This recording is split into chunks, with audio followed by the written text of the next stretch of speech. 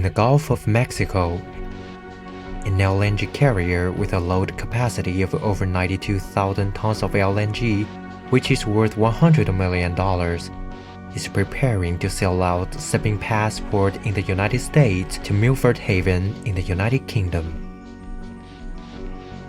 After the escalation of the crisis in Ukraine, Russian oil and gas deliveries to Europe have been drastically reduced due to Western sanctions. According to the US journalist's investigation, the Nord Stream pipelines, which carry natural gas from Russia to Europe, were also blown up by the United States. Therefore, more and more LNG carriers are departing from the US for Europe. There were 699 shipments in 2022 compared to 274 in 2021. The total volume increased from 19.83 million tons in 2021 to 51.98 million tons in 2022, a rise of more than 162%. The U.S. industry and the U.S. economy is benefiting while Europe suffers, and U.S. energy companies are profiting through selling liquefied natural gas at a higher price to Europe. And then second, that the U.S. is benefiting through increased weapons sales to Europe. It's not a benevolent power that tries to introduce goodness into the world. It follows its own interests. The Javelin anti-tank guided missiles and the Stinger air defense missile systems are being shipped away from the manufacturing of the Raytheon Technologies in Waltham, Massachusetts in the U.S.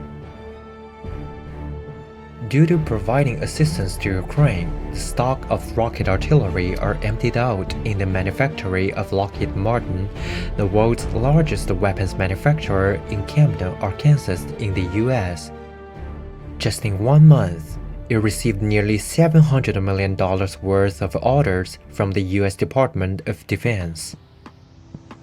At the end of February in 2022, just a few days after the escalation of the crisis in Ukraine, share prices of major U.S. weapons manufacturers soared. That's another benefit beyond the sale of weapons. In 1992 or 1993, you got the industry basically sponsoring the Committee to Expand NATO. It was headed up by a guy named Bruce Jackson. Similar situation happens in the field of grain. This is a large storage facility of Cargill Incorporated at the port of Deer Park, Texas. Grain produced by the United States is being shipped to the rest of the world from here. Global food prices soared after the escalation of the crisis in Ukraine. The assets of the Cargill family's key members have risen in varying degrees, all exceeding $5 billion. The global market is largely controlled by a handful of corporations, and you have especially a few big US and European corporations who are really in a dominant position on the market, and we've seen huge profits from these firms in this past year. Meanwhile, production lines have migrated to the United States, an important destination for European industries. A Dutch chemical company is expanding its ammonia gas manufacturing in Texas, while cutting its production in Europe. Due to the expansion of the new production line of Volkswagen in Tennessee, the parking lot of new EVs is getting crowded. Mercedes-Benz has also opened up a new battery assembly plant in Alabama. Energy-intensive industries in European countries are gradually shifting their business focus to the United States because US energy prices are much lower than in Europe, and the US government has provided high subsidies through legislation. This further accelerates the process of deindustrialization in Europe.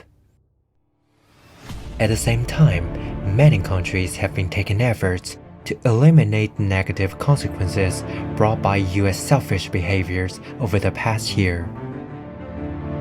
Saudi Arabia refused the US proposal to cut oil production. Leaders and politicians in many countries have refused to get involved in this dispute for the US benefits.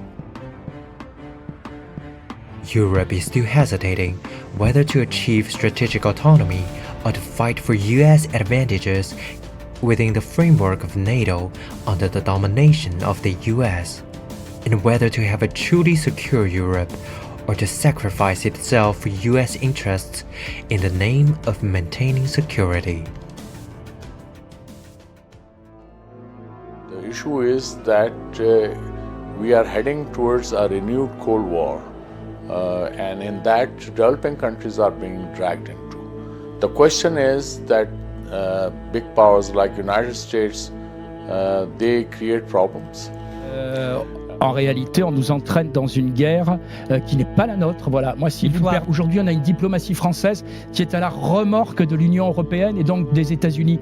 Quelle est notre diplomatie? C'est donner des armes aux Ukrainiens, donner des armes aux Ukrainiens. Qu'est-ce qu'on veut? Qu'ils se fassent tuer jusqu'au dernier pour bien essorer les Russes. Marine Le Pen a pourtant et après, M. soutenu Biden enverra les Européens aussi, peut-être?